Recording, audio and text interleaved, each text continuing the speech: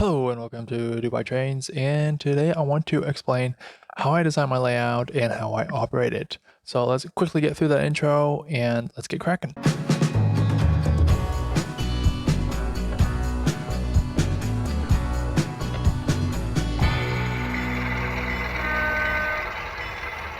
This video is made possible by the Dubai Trains Patreons. Check how you can become a member to unlock extra content. Why is my layout the way it is? Let's have a look. Let's take away the scenery. Let's take away all the fancy stuff. And you see a line diagram of all the track, how it actually is. And we can simplify that into this. We'll go through it. Don't worry, we're going to go through it step by step. So we have 4 locations. It's point to point. So we go from Asheville through Bucks, Connellsville, and then we end in Dalton. Just as simple as that. Let's have a look at Asheville first. There's a runaround, you're going to need that, and this north side also acts as an arrival departure track. First tracks I want to add are these 2 classification tracks. So you could actually say we have 4 classification tracks right now, or 3 if you need to do a runaround. And then of course all my trains originate and terminate in Asheville, so we have a terminal. I initially wanted to run small steam locomotives, so you need a turntable to turn them around on one side of the layout. Here I have just the facilities, water, coal, ash pit, just 2 tracks right there. And then let's add some actual tracks to store the locomotives right here. And this is a service track for both the coaling tower and for the ash pit to dump the ashes. 2 very handy tracks to have. The first one is right here. This is just to bypass all of these tracks and just to get on and off of the layout ASAP. Very good for your switcher and also if you're building trains.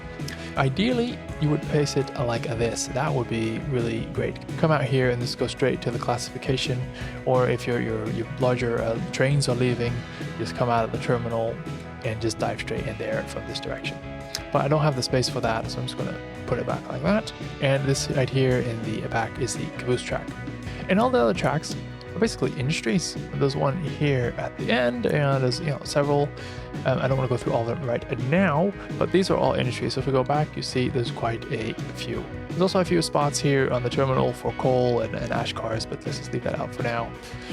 So let's do a deeper dive. Let's look at how you would actually operate this. So first off, we need to look at the trailing and facing spurs. You see in Asheville, almost all of them are trailing, and in Bucks, actually almost all of them are facing.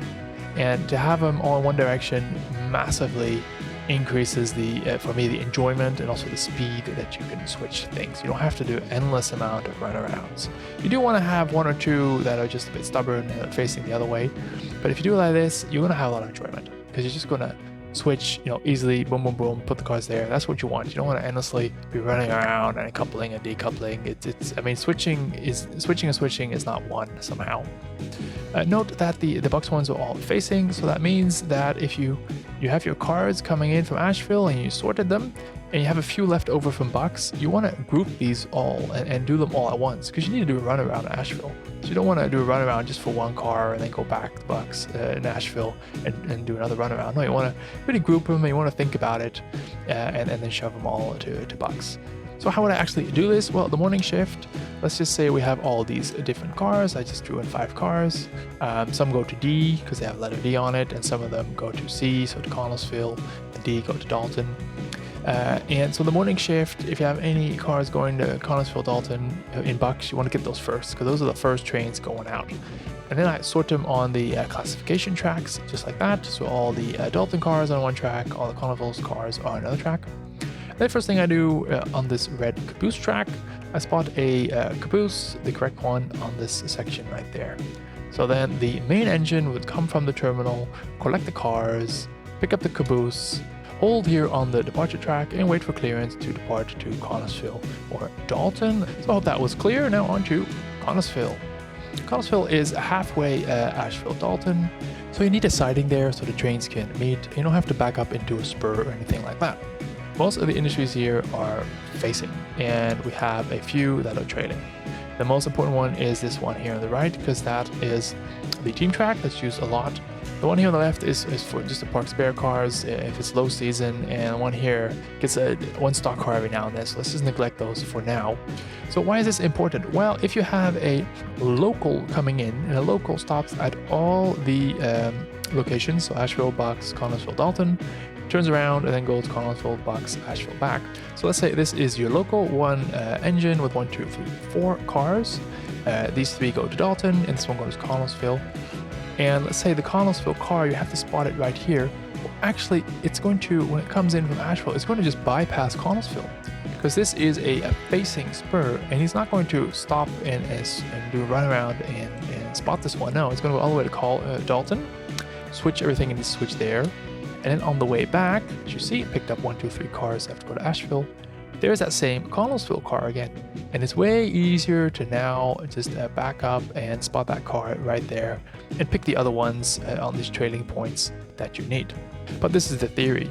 So what if you have a train coming in with 5 cars, and 5 is the maximum train length on my layout, and you have 2 cars that have to be picked and go to Dalton. So you see, it can get quite complex quite quickly. Let's go into Dalton. Let's continue.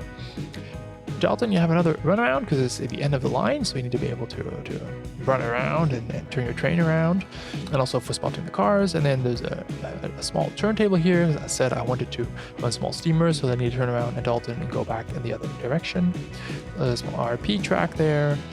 There's an extra track here, and to be honest, when I built the layout, I knew it was going to be handy. I didn't really have a use for it.